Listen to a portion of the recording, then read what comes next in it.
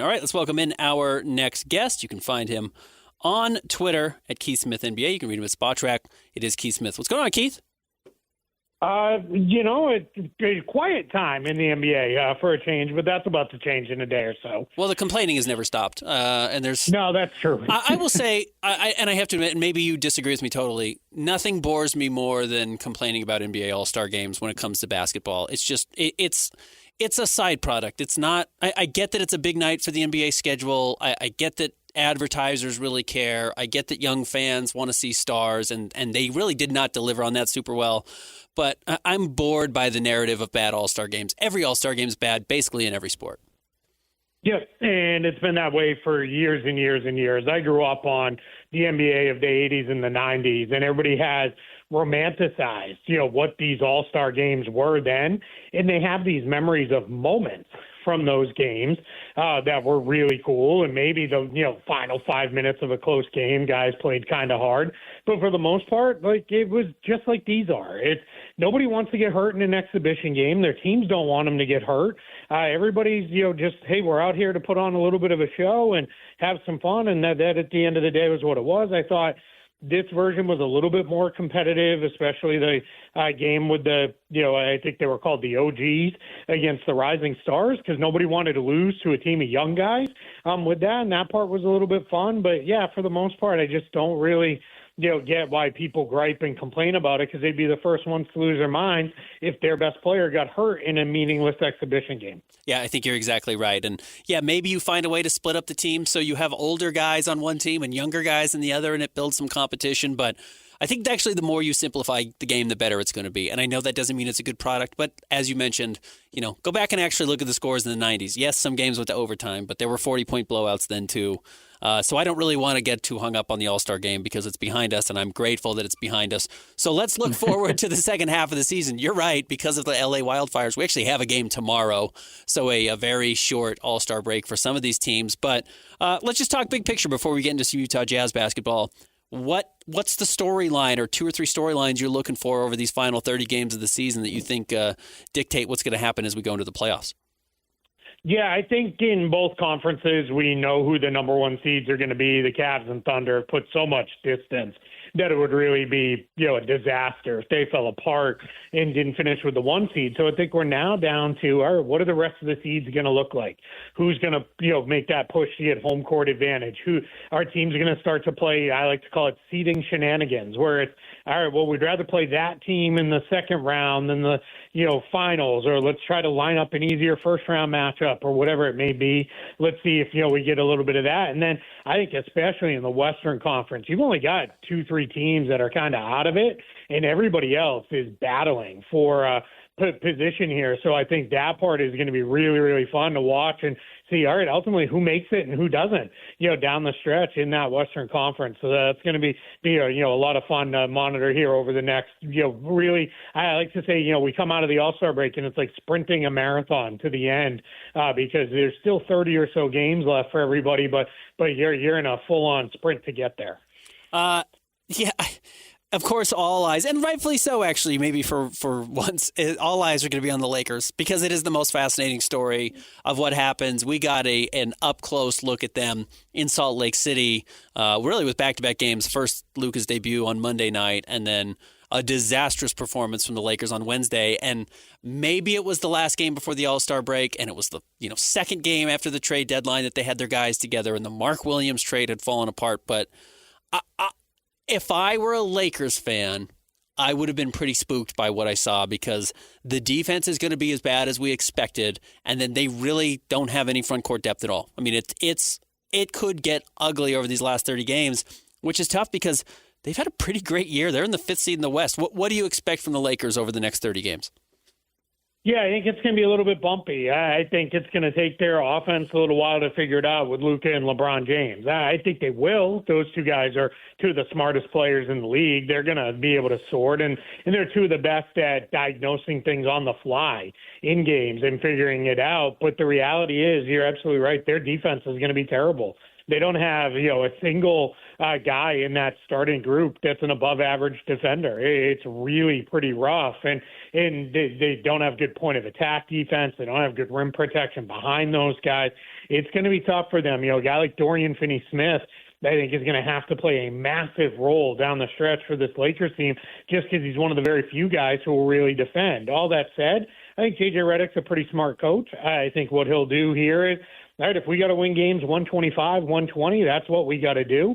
He'll lean on his guys to, produce offensively and make a bunch of plays. The nice part of having LeBron and Luka is you can play pretty much 48 minutes every night with one of the two of them on the floor. And that's something that, very few other teams can even begin to, boast that they can put two guys like that out there all night long. So that's going to help. But yeah, it's going to be a little bit bumpy for them, and it's going to, look a little sideways. And I think the Laker fans who started claiming, we're on our way to a title this year, they're going to get hit with reality here a little bit when they start playing some really good teams in the West. I actually think the most interesting race, because like you mentioned, the top seed in the East and the West have already been decided. Boston's really probably going to comfortably run away with the 2 seed in the East. The most interesting race in all of the NBA over the next 30 games is probably the 7th seed and maybe the 6th seed in the West through the 11th seed. And that features the Clippers, the Timberwolves, the Mavericks, the Kings, who are playing much better, even though they're only 5-5 in their last 10, the Golden State Warriors, who added Jimmy Butler, and the Phoenix Suns, who are probably the biggest disappointment in the NBA this season. Those 5-6 teams are really fascinating, and they're all bunched together by 5 at the absolute most, but really 2 or 3 games. Who in that squad do you have faith in, and is there a potential Western Conference Finals team in that grouping? Oh, that's a good question. I like the Clippers there quite a bit. I really like their depth. I like what they did with their trades to really kind of round out their bench in LA. Getting Bogdan Bogdanovic is huge to give them another shooter there, even if he hasn't shot it well this year, he historically has. And then I think getting Drew Eubanks gives them they needed any kind of quality backup for Ivica Zubac, and he should be able to give them 8-10 minutes a night in important games where, they should be fairly well covered. They'll play some small ball, and then Zubac will play, his 35 minutes or so a night and cover it that way. So I kind of like them. I think they've got a chance if they get in to do some stuff. Minnesota's the other one because they've kind of been there, done that. Let's see what it looks like as, hopefully they can get a little healthier here in the stretch run and come together. But my stock answer would have been Phoenix. But I finally, taken this time over the All-Star break to convince myself it's time. Just pull the plug on the Suns. I'm done with that. It's, it's a failed experiment out there. Am I crazy to think Denver might be in the championship in the finals? I mean, look, the Thunder are way better than everybody this year. If they have a question in OKC, it's size, and that's not something you want to have a problem with if you're going up against the Nuggets. But suddenly the Nuggets are 8-2 in their last 10. Jamal Murray looks like Jamal Murray, and Nikola Jokic he's just far and away the best player in the world. Yeah, it's not crazy. I think they're the biggest challenger without a doubt. It's not to knock any of the other teams. I think Houston's had a really nice season, as they've improved. I really like Memphis and the things they do, but it's the Nuggets, right? It's like you said, Murray's playing better and they've got Jokic. So you're going to trust in them. And then with the Thunder, I think what we're going to collectively do is start finding reasons to not pick them, because it's going to be, I gotta give hope that this isn't just watch them roll to the finals. But I think there are real worries if you are the Thunder. I think there's a sense of, is this a regular season team? We're having 10, 11, 12 really good players can overwhelm other teams at times in the regular season, and they can kind of run through. There's always the belief of, in the NBA, until you do it, we're not necessarily going to believe you can do it. And then I think the last part is they don't have great on-ball creators. Shai Gilgeous-Alexander is incredible.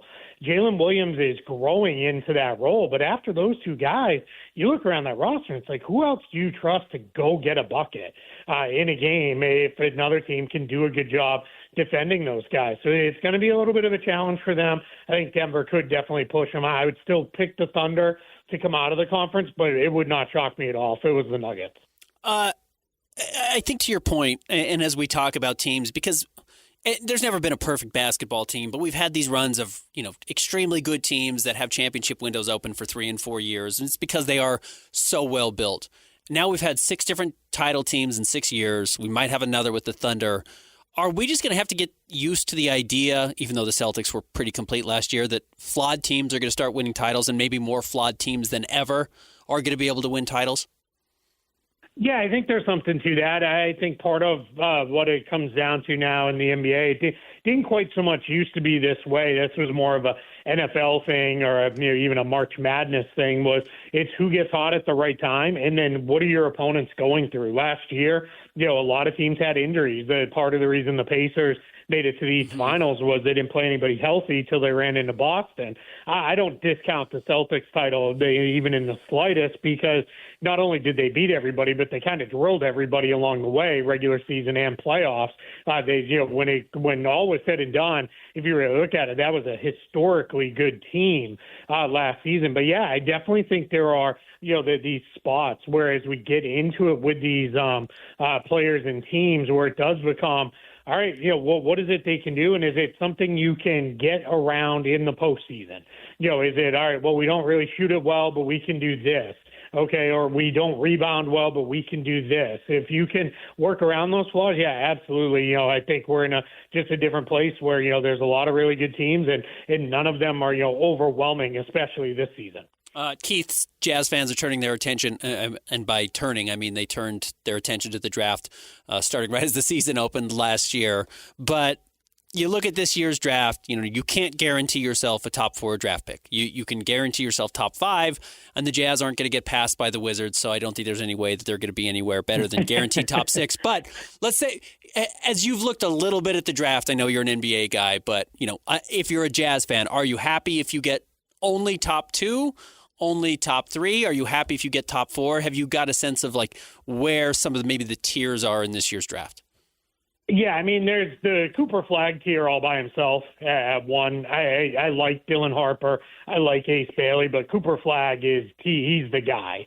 So, when you get past, him, then it becomes, all right, where are we with these other guys? I really like Dylan Harper quite a bit. I think Ace Bailey is, he's kind of everything you want in a modern wing. He's got good size. He's got an okay handle. He can really shoot. He loves to take a tough shot, and unfortunately, he'll make a few of them into tough shots.